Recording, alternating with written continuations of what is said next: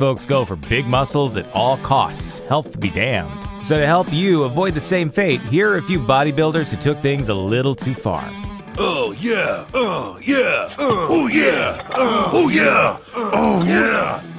Trevor Smith. He may have never competed in any professional competitions, but despite this, Trevor Smith was well liked in the bodybuilding community.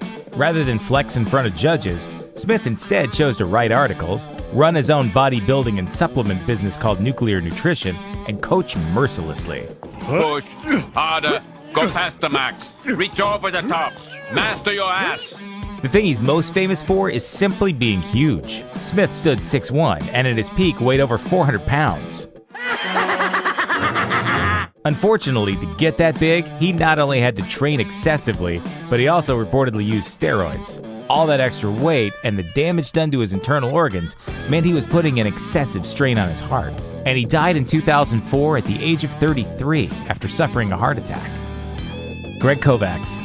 Hailing from Niagara Falls, Canada, Greg Kovacs was a professional bodybuilder of remarkable proportions. He measured well over 6 feet tall and weighed anywhere from 330 pounds for competitions to over 400 pounds in the off-season. You may not be surprised to hear that he was a heavy user of steroids, hormones, and probably a few other things that contributed to his super heroic weight gain. Also, he could more or less look like a real-life version of this guy.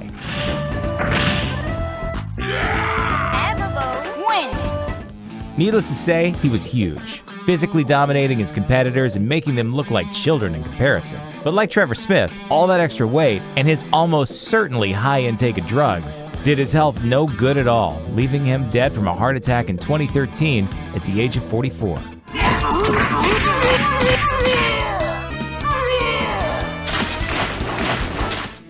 Andreas Munzer. In order to achieve increased muscle definition without steroids, it's fairly common for bodybuilders to take diuretics, which dehydrate the body. This has the effect of shrinking the skin and tissues on the surface of the body, which pull tight around the muscles and transform giant men into giant anatomy displays. I'm not satisfied until every vein is forced up against my skin. Look how vascular I am, Brian.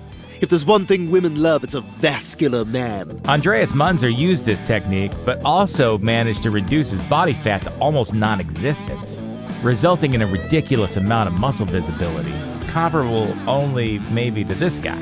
In March 1996, Munzer was admitted to the hospital with severe stomach pains related to organ failure.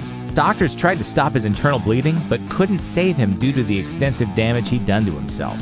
An autopsy revealed numerous physical abnormalities, including a swollen heart and a tumor-covered liver which was described as being a crumbly, styrofoam-like mass. Not to mention the hazelnut-sized testicles. We'll never look at Nutella the same way again. Breakfast never tasted this good.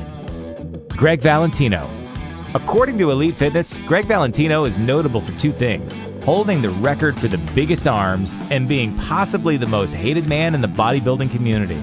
Unlike most professional bulgers, Valentino focused on his arms exclusively, making him look like the Marvel Comics character Strong Guy. While he managed to get pretty big training naturally, it wasn't until he started using testosterone, steroids, and synthol that his arms grew to an unbelievable 27 inches. All that flexing in front of a mirror distracted him from observing the basic rules of hygiene. He began to reuse unsterilized needles. I was an idiot. I dropped the needle on the floor, blow it off, stick it in, and you wind up getting yourself infections. This, along with getting hit in the arm by a baseball bat, resulted in a very disgusting abscess in one of his arms. What happened next is the apex of internet gore. He filmed himself trying to drain the wound, making his bathroom look like a scene out of Saw. Finally, he gave in and went to the hospital, where the doctor had to slice open his arm, leaving him with a large scar across his bicep and a distinctly lopsided appearance.